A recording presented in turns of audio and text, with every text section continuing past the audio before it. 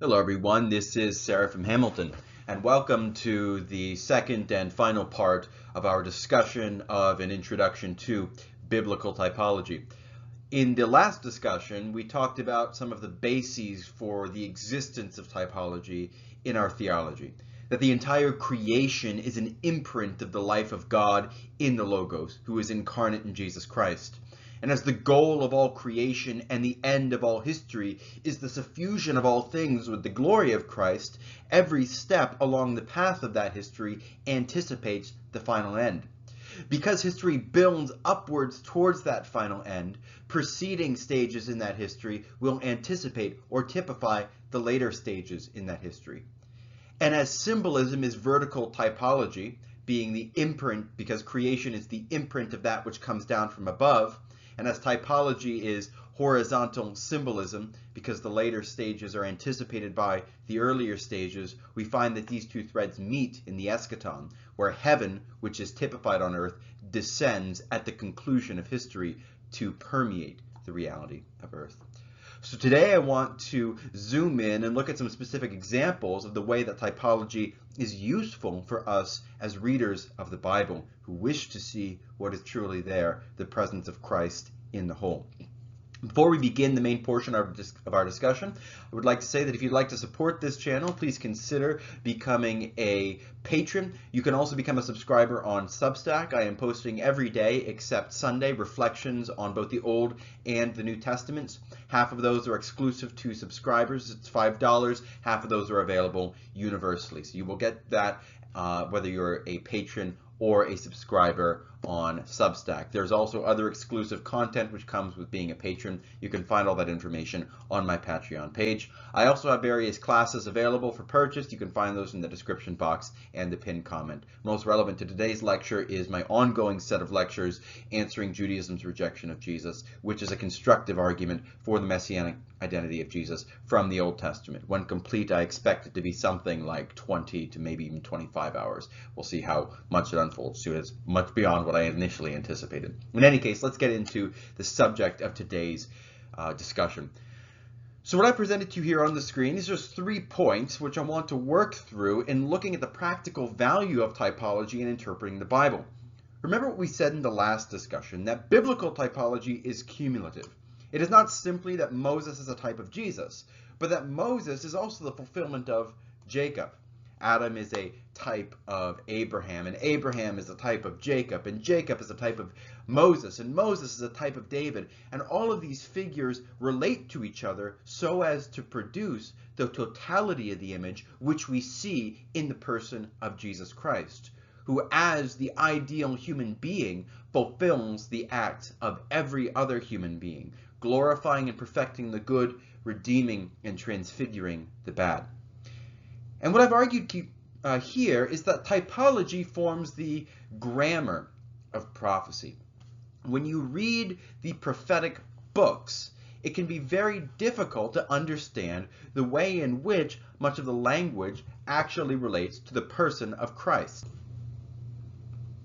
So let me give you an example of this from the book of Isaiah. Perhaps the most famous prophecy of Christ in the Bible, besides the prophecy of the virgin birth, is the prophecy of the suffering servant, the one who is righteous yet is stricken for his people's transgressions. It makes his grave with the rich man and yet prolongs his days. In other words, he is resurrected. But if you look at the context of Isaiah 40 to 55, you might wonder what all of this actually has to do with the person of Christ. For example, the context of Isaiah 40 to 55 is all about the return from exile. It's about the new Exodus. We hear language of a barren city, which is devoid of offspring. And if we look at the language used for the suffering of the servant, the language is very specific. The word stricken, for example, comes from the book of Leviticus, where it refers to being stricken with biblical leprosy, which I think is probably not the same thing as modern leprosy. Biblical leprosy is a ritual disease which doesn't seem to be actually deadly, but it makes you ritually unclean, unable to access the divine presence in the sanctuary. Why does Isaiah use all of this language? After all, if we know the New Testament, we know that the principal object of the messianic task is to redeem the transgression of Adam and to bring mankind to the glory which Adam failed to acquire in virtue of his turning away from the path which God had set him on. So what does that have to do with the language used of the suffering servant? Well, let's begin with the idea of the new Exodus. The new Exodus is absolutely central to the messianic vision, and it is impossible to separate the new Exodus from the New Testament vision of what the Messiah is supposed to do in relation to Eden. Because the Exodus itself has a typological relationship to the initial transgression of mankind in the Garden of Eden. We find that God creates Adam actually outside the garden. God creates Adam, spiritually speaking, in the wilderness. And then he plants the garden before Adam's eyes. He takes Adam, he moves him into the garden, gives it to him as an inheritance. When Adam turns away from God and transgresses the commandment God had given, God then sends Adam into exile, driving him away from the presence of the Lord. Cain, in turn, is then driven further into exile, again being cut off from the presence of the Lord and driven into a land of wandering. It is this language which is then picked up and developed in the book of Exodus, where Israel is in exile, they are enslaved in Egypt, and the Pharaoh is described in ways which associate him with the serpent. That is why when you go to Exodus chapters 2 and 3, Pharaoh seeks to kill Moses. Moses flees Pharaoh into Midian. When he comes back and he meets God, one of the signs that God gives him is by turning his staff into a serpent. And when we're told that Moses fled the serpent, what we're reading is an association of the Pharaoh with the serpent of Genesis 3. And so when Israel is brought out of their slavery in Egypt and brought into the land of promise, what we're reading about is a typological recapitulation of what happened to Adam in the Garden of Eden, and the inversion of what happened to Adam in the Garden of Eden. But if we read through the whole Pentateuch, we find that this is not the end or goal of the story, because the fundamental problem, that is Israel's wounded, sinful heart, has not been changed. That is why Moses, at the end of the Torah, says that the law which God has given to Israel as life, they will invariably disobey and be driven into exile. So you end where you began. Man began in exile from Eden, and now Israel itself has a guaranteed future in exile.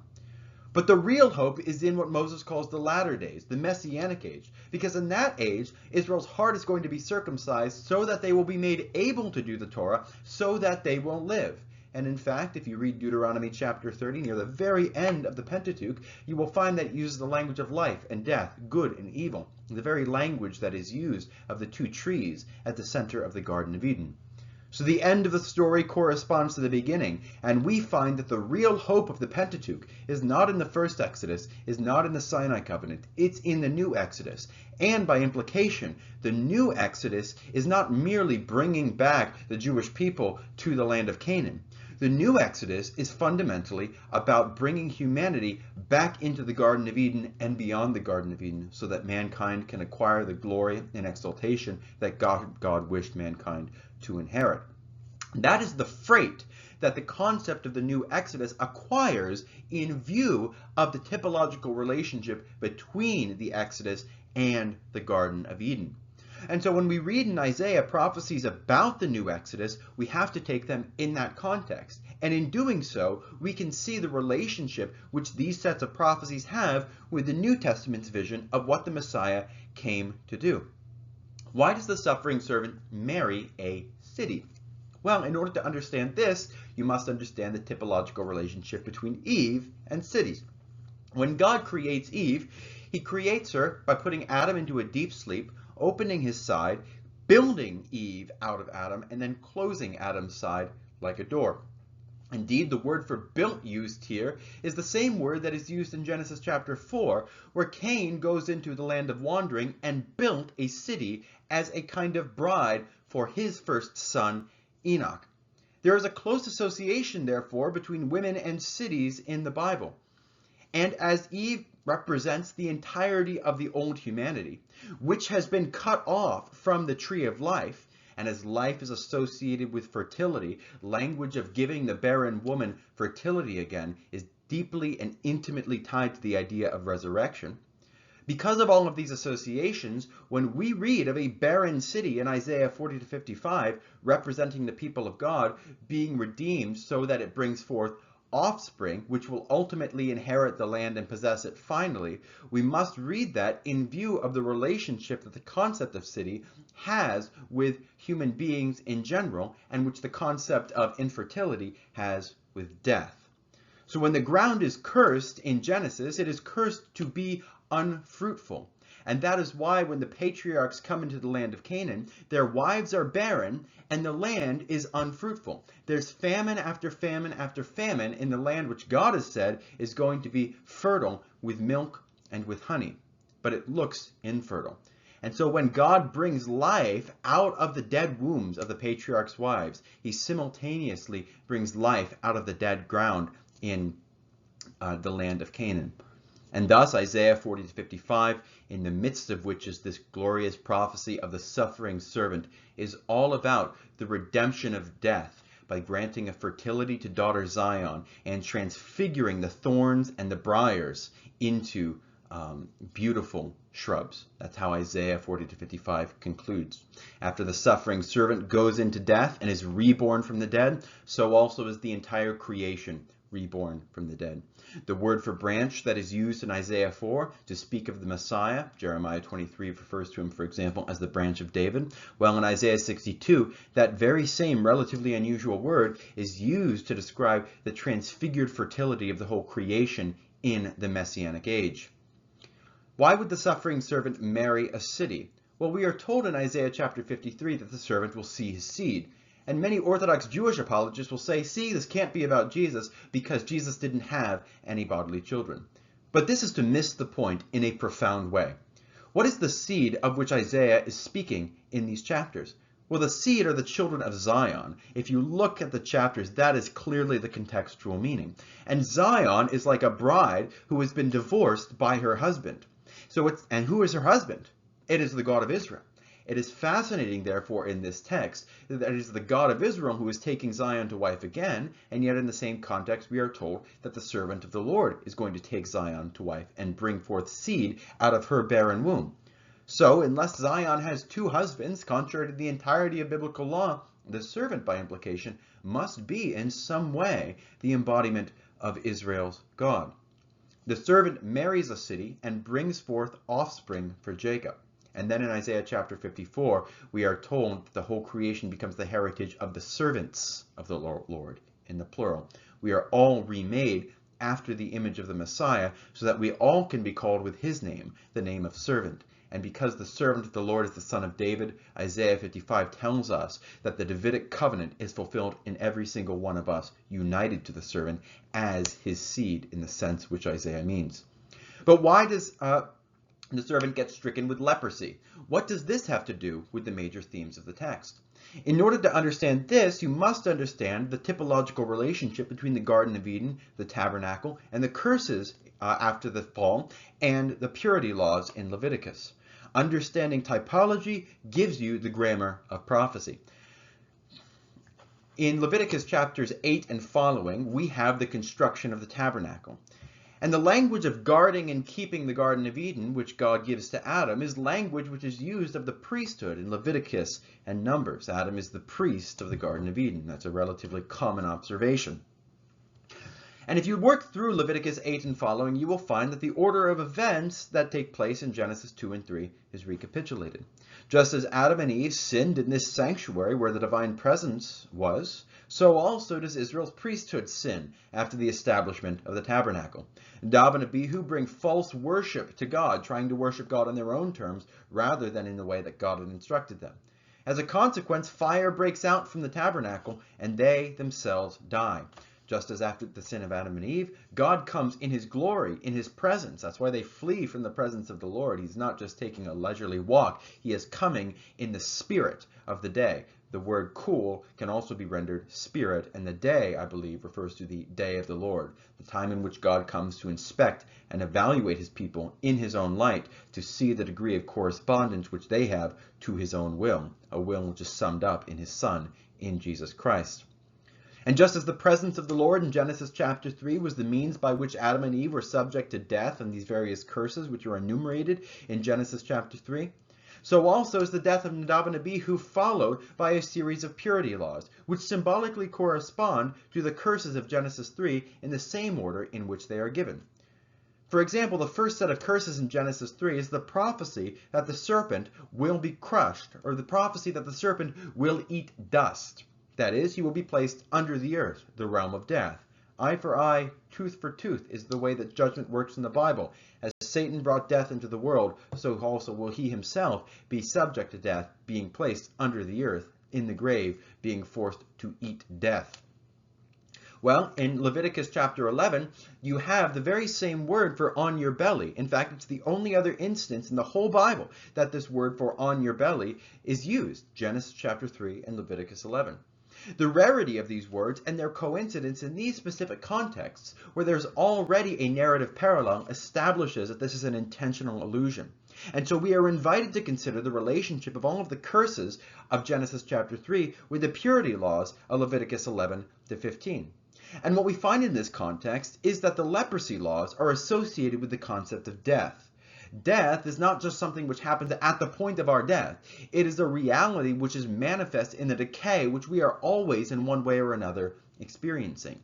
Illness is a kind of death, and leprosy is the manifestation of death in our flesh. When Paul talks about the flesh as that which subjects us to death, he is drawing on the book of Leviticus, which uses this word many, many times. In the Septuagint of Leviticus, the word is the same. It is sarx, the word for flesh.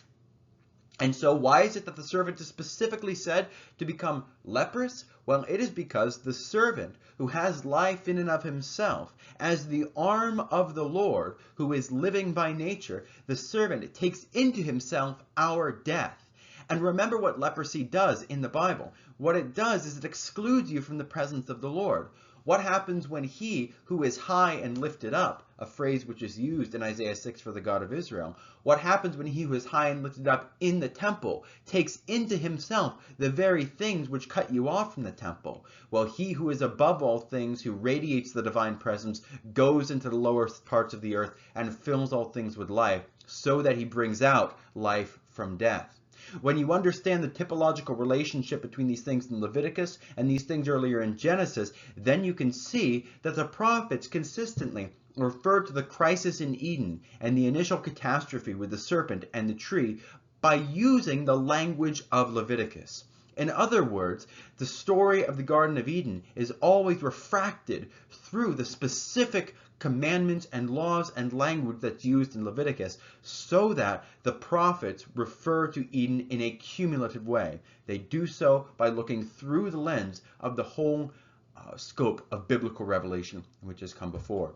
And that enables us to then march into the New Testament and see the way in which all of these things really do tie together.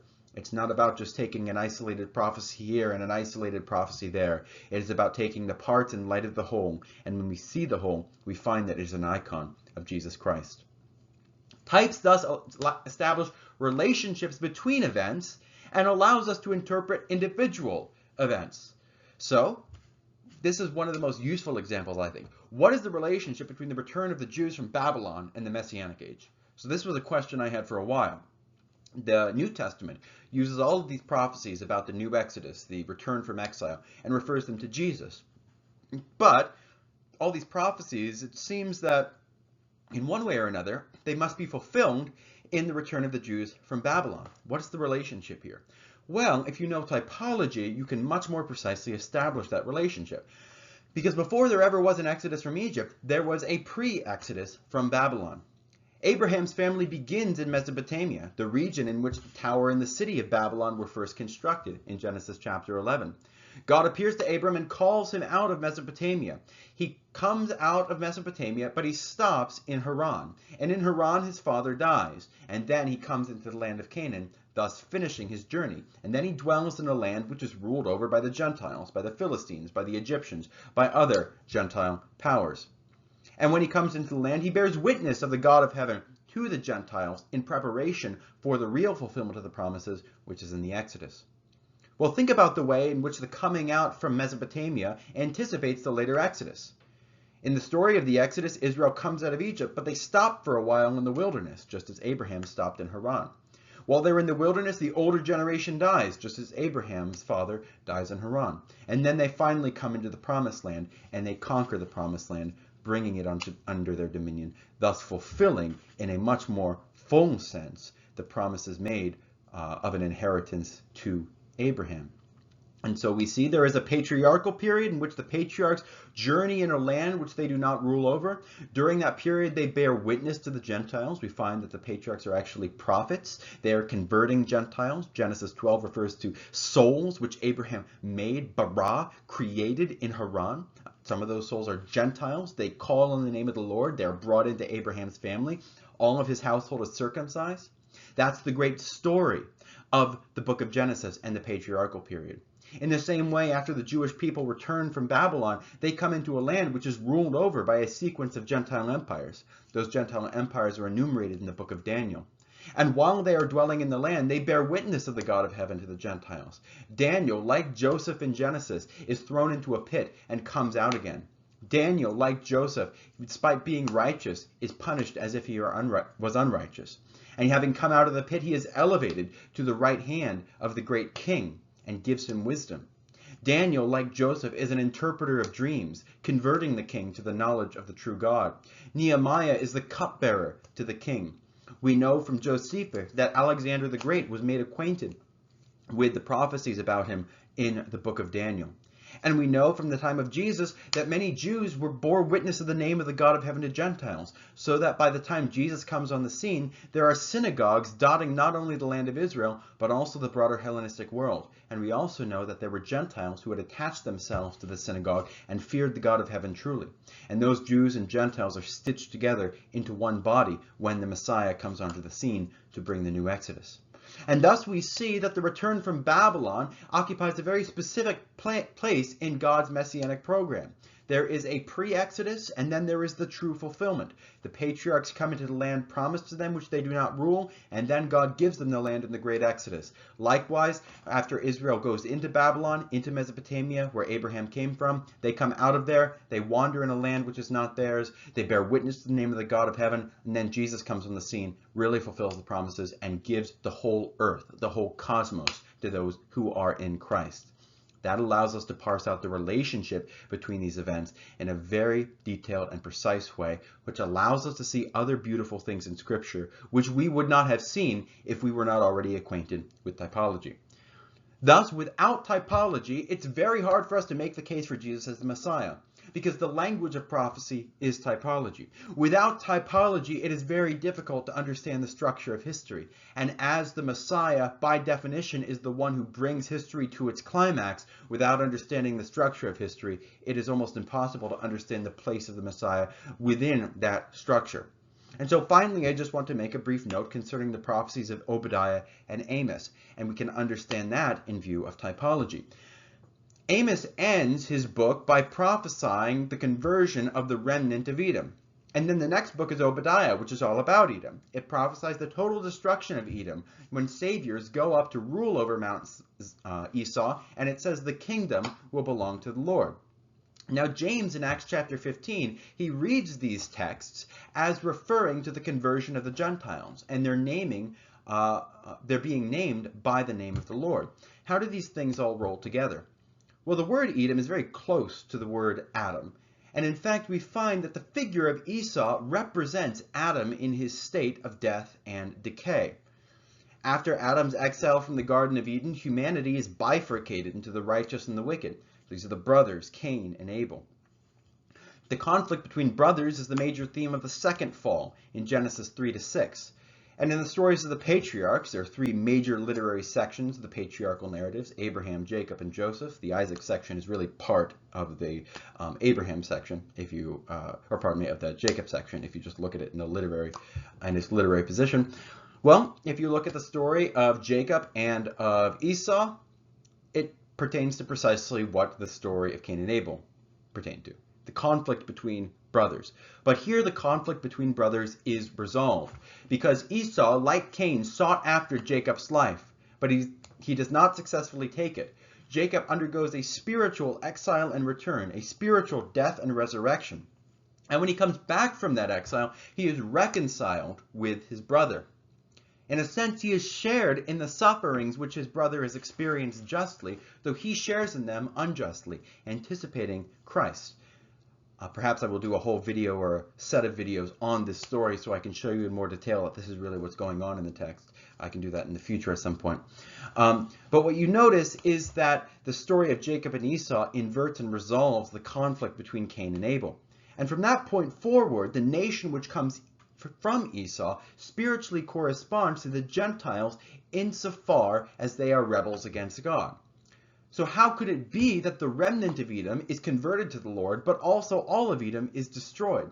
It is because you must understand that the language of death contains within itself the possibility of resurrection.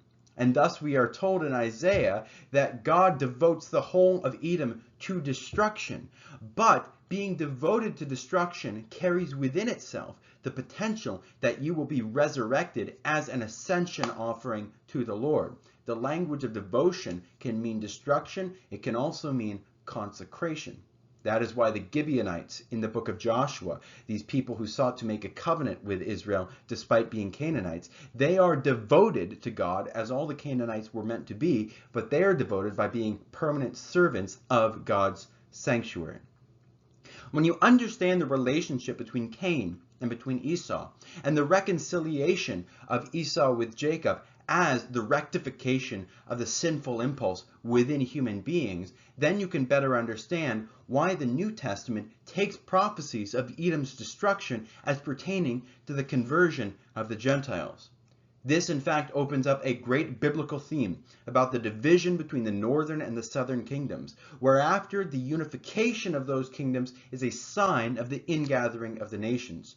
And so prophetic language will often go back and forth between speaking about the conversion of the nations and the regathering of the 10 northern tribes, because there's an association created between those two, which is picked up and developed in the New Testament to show Jesus as the one who harvests not only Israel, but also the nations.